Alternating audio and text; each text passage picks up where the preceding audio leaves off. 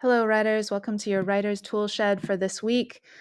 Arthur hadn't planned to make such a colossal mistake, but it happened. He was out for a jaunt with his friends after a big party. They meandered down one city street after another, disheveled and laughing, sometimes falling over each other's feet, but in general having a good time. Later on, if Arthur had to isolate exactly when things started to go wrong, he would pick the moment Shelley said, "Let's all go down to the river." I'll leave you to imagine exactly what happened after that, but let's just say it ended with Arthur, totally bewildered, gazing around the interior of a prison cell with the steering wheel of a boat somehow adhered to his jacket. First word is colossal, which is an adjective meaning extraordinarily great in size or degree, gigantic. This is a picture of the Colossus of Rhodes, one of the wonders of the ancient world. It was called the Colossus because it is colossal. It is so big you can see the boats going through underneath its feet. Colossal versus huge.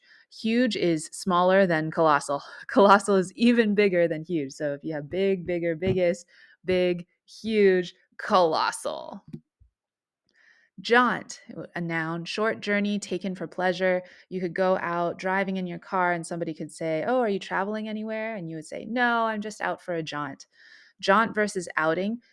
You can think about an outing as just, going out somewhere, but a jaunt has more the sense of being carefree, being happy, going for something that you are on a whim, just wherever you feel like it.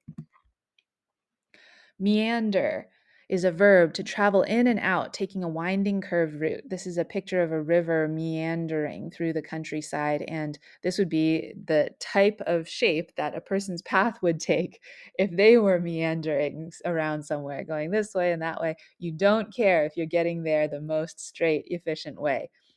Meander versus wander, these could be the same, but these could be similar, but wander means that you don't really know where you're going. You're going somewhere without knowing. You have no purpose.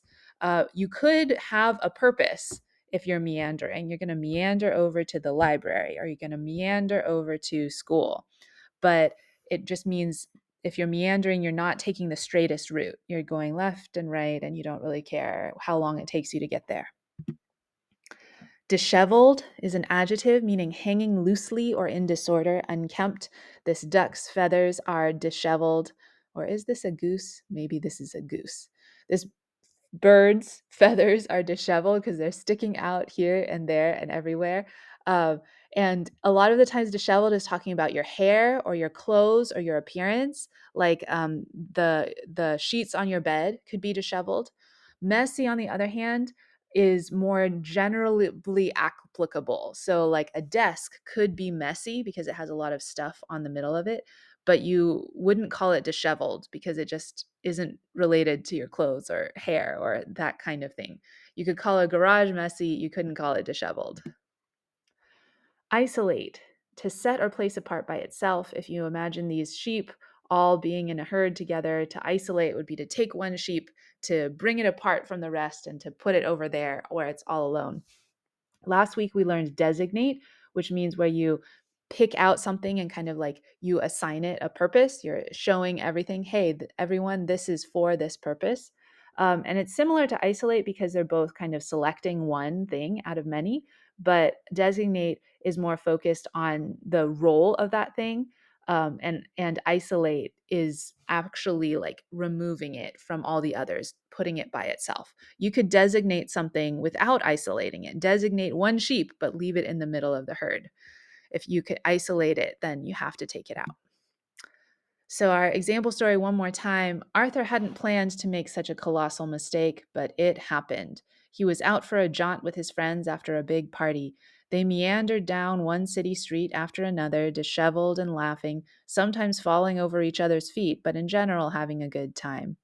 Later on, if Arthur had to isolate exactly when things started to go wrong, he would pick the moment Shelley said, "Let's all go down to the river."